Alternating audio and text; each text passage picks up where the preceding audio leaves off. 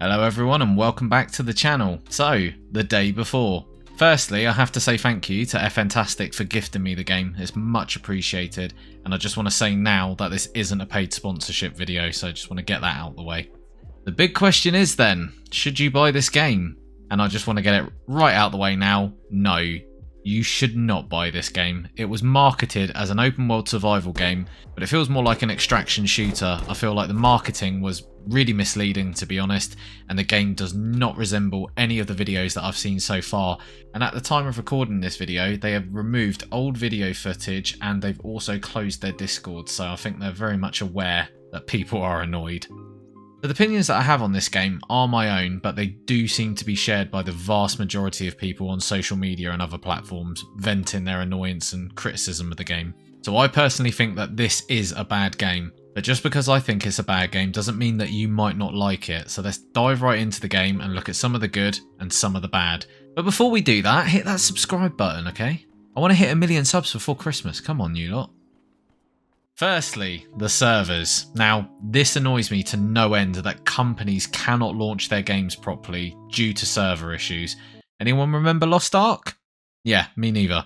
The day before should have had adequate server space the day before launch. Now, I'm pretty sure Fantastic knew how many people had this wishlisted on Steam, and I'm very sure that they knew there was going to be a massive surge of players for this game. This is a very hyped up game, and it should have had the server capacity. I mean, at this point, it is just common sense, right?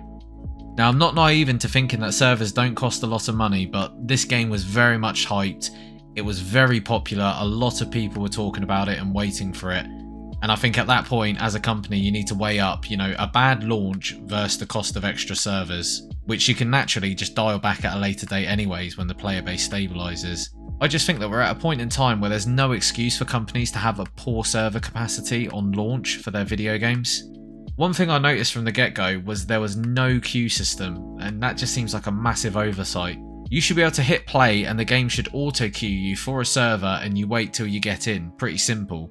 But at the moment it's pretty much a free-for-all and it is a first-come, first-served basis. And well, that's just bad.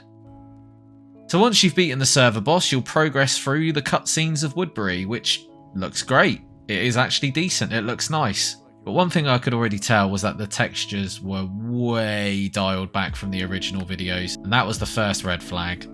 The UI and the menu work nicely, to be honest. I think they look great and they're quite fluid. There's no clunkiness in the menu that I could find. And overall the map looks decent too. And another good thing about this game is that if you die out in the field, you get what's called financial support, which is basically $3,000 for free, so you can get yourself a gun, ammo, a backpack, and anything else you might need to get you going again. So you're never out there running around with nothing, which I actually did a few times. But it's good that it's there to help players, that's a good thing. So speaking of that, let's talk about the combat. And, well, it's awful. Firstly, there's no melee, which is confusing because it's a survival game, but, whatever, I can live without that. It's not a big deal. But there's also no mantling. Again, something I can live without, but it would have been really nice, especially in this sort of game. But overall, the combat just feels very slow and very clunky. The gunfighting is okay, but I'm not going to sit here and say that it's great. It's decent enough, and that's about as far as it goes. The problems I had is when you start bleeding.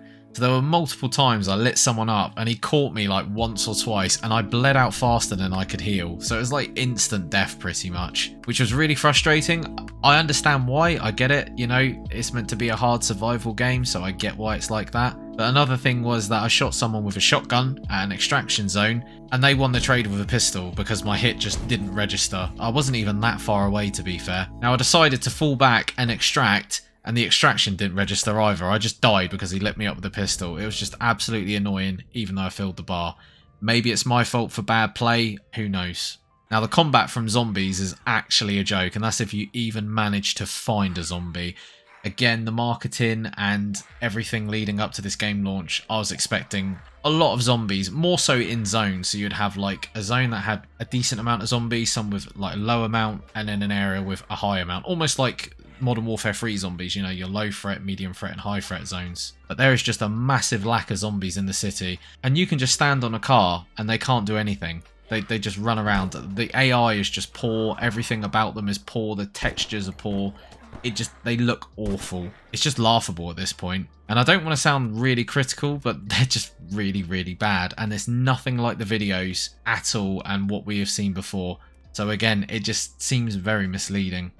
Okay, so let's talk about the survival elements. Well, they're pointless, to the point where they may as well not exist. So after you wake up from the doctor, you're thirsty and you have a drink of water that's in your backpack. And for the next 3 hours, I didn't need to drink or eat. I had no notification or debuff stating that I needed to, or to alert me that I was hungry or thirsty. And as far as I'm aware, it didn't affect my stats either. So for example, if you eat and drink in some games, you'll get more stamina or health for X amount of time. There was none of that in this that I know of. I could be wrong. I didn't notice it. So for an open world survival game, this was a feature I was actually looking forward to, and it reminds me of the first videos of Ubisoft's Division 1, where it was marketed as a survival game. Again, this ties back to videos and such being really misleading. So the survival element just does not exist in this game at all. Right, let's talk about the graphics, the map, and gameplay. So the graphics feel like a huge downgrade, especially when compared to the video footage we've already seen, which is really annoying. Also, changing the resolution results in crashing, so don't do that or you're back to fighting the server boss again. And as for the map, well, it's actually pretty. It's actually very atmospheric, and I really did like it. I thought the map was great. Not a lot going on. It felt very dead, very open and dead, but I did like it. And just like Division 1, most of the buildings are just props. You can't enter them or interact with them. And again, referring back to the previous videos and previous footage we've seen, you know, a lot of the buildings were apparently enterable, and there was all this stuff you could go in and do and loot, and it just wasn't in the game at all. Now, I'm not saying that I'm expecting to enter all the buildings, but I was expecting a lot more than this. And truthfully, I think most people could probably whip up this map in Unreal Engine 5 with prop buildings in a relatively short amount of time, considering that you can't enter most of them or interact with them. Also, you get stuck on things like stairs and other random objects in the game, whilst also holding a non-existent gun and jumping like Mario. So it really does beg the question, where did the 5 years development get spent on this game? Because it's starting to sound a lot like another Starfield. And again, just to reiterate, this is not a survival MMO. The game reads this on Steam, and the reviews reflect what people think at the moment. The Day Before offers players a uniquely reimagined journey into post-apocalyptic open-world MMO survival, set in the present day on the US East Coast following a deadly pandemic. It does not feel like an open-world MMO, nor have I seen any of these other areas that we've seen in videos. Maybe they're later on in the game. It might even be a feature that's coming later. I don't know. So I can't factually state that they're not in the game. But what I can state is that this is an extraction shooter, not a survival game, and certainly not an MMO. It really feels like another Division 1 game, where what you get isn't what was marketed and what you were expecting at all. Now, if you're into extraction games, which I am, then this may be the game for you. But I was going in expecting an open world survival, and it just wasn't. You go into a decently sized map. I wouldn't say it's massive, but it's decently sized. You loot, you kill, you extract, rinse and repeat. That's it. Now, if I wanted to play an extraction game, I'd just go and jump on Tarkov. I wouldn't be playing this. So my final thoughts on this game. It has potential. Definitely has a lot of potential. But I feel like the marketing and everything leading up to the launch were just so misleading. And I think it's already done the damage, to be honest, because what we got and what we were expecting are just worlds apart. Now, I got the game for free, which I'm thankful for, otherwise I would have refunded this straight away. But just because I got it for free doesn't mean I'm going to sit here and lie and say, oh, this game's great and, you know, you should definitely buy it and mislead you lot, my subscribers. I'm not that way inclined and I'm not a liar. Even if they paid me to do this video like a paid sponsorship, I would absolutely dump on this game for it being bad. Now, the good things that I can say about this game is the character customization is decent. You know, you've got good character customization. It's not the best, but it's decent. The UI is decent and the map is nice. I do enjoy the map. But overall, the game is just not fun. I didn't enjoy it while I was playing it, and I was massively hyped for this game. When me and my friends were talking about this game, I actually said the other day that this will either be a massive success or a massive flop. No in between at all. So it's basically going to be hype or hoax, and sadly this game just did not deliver for me on any of the aspects that was promised.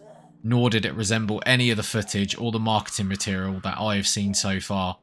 And as I've stated in this video multiple times, it just comes across very misleading, which is a shame. But It just is what it is, to be honest. And I think in doing so, they've actually damaged this game, and I don't think they'll make a comeback from this at all.